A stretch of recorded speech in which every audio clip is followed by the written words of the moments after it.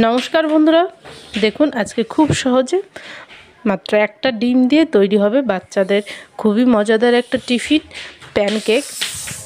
तो आज के এই প্যানকেকটা কি করে তৈরি করছি অবশ্যই পুরো ভিডিওটি দেখবেন। তো ফার্স্টে আমি এখানে একটা ডিম ভেঙে নিলাম। ডিমটার কুসুমটা আমি তুলে রাখছি, একটু পরে দেব। আমি সাদা অংশটাকে একটু ফেটিয়ে নেব।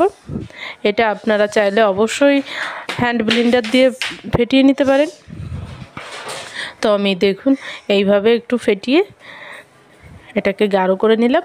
এবার দিয়ে দিচ্ছি 1 কাপ গুঁড়ো চিনি, দিয়ে দিচ্ছি 2 টেবিল চামচ সাদা তেল, এই ছোট্ট চামচের 1 চামচ বেকিং পাউডার। এবার সে ডিমের কুসুমটাও দিয়ে ভালো করে একটু ফেটিয়ে নিলাম। তো এই ব্যাটারটা যেহেতু প্যানকেক তৈরি করব একটু পাতলা রাখতে হবে, তার জন্য এখানে আমি 1 কাপ পরিমাণে দুধ দিয়ে দিলাম আর একটু ফেটিয়ে এবার দিয়ে দিচ্ছি 1 কাপ পরিমাণে ময়দা।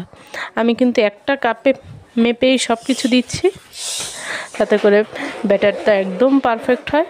তো দেখুন আমার ব্যাটারটা রেডি হয়ে গেছে। থিকনেসটা অবশ্যই আপনারা দেখে বুঝতে পারছেন। এবার দেখুন এখানে একটা প্যান গরম করে আমি এখান থেকে চামচে করে 1 চামচ তুলে তুলে এইভাবে দিয়ে দিচ্ছি। এই প্যানকেকটা কিন্তু আমি রুদ্রকে স্কুলে টিফিনেও দিই। দেখুন কত সুন্দর জালিদার হয়েছে না? এটা কিন্তু সত্যি খুবই দুর্দান্ত হয়, একদম সফট এবং জালিদার হয়। তো দেখুন আমি এইভাবে খুব সহজে উল্টে ওই পাশটা একটু ভেজে নিলাম, এই পাশটাও ভাজা হয়ে গেছে।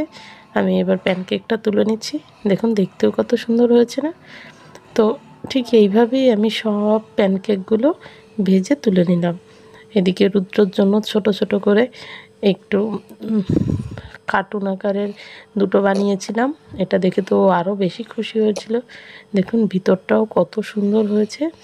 প্রত্যেকটা প্যানকেকই কিন্তু খুবই সুন্দর হয়েছে। তো কেমন লাগলো অবশ্যই জানাবেন।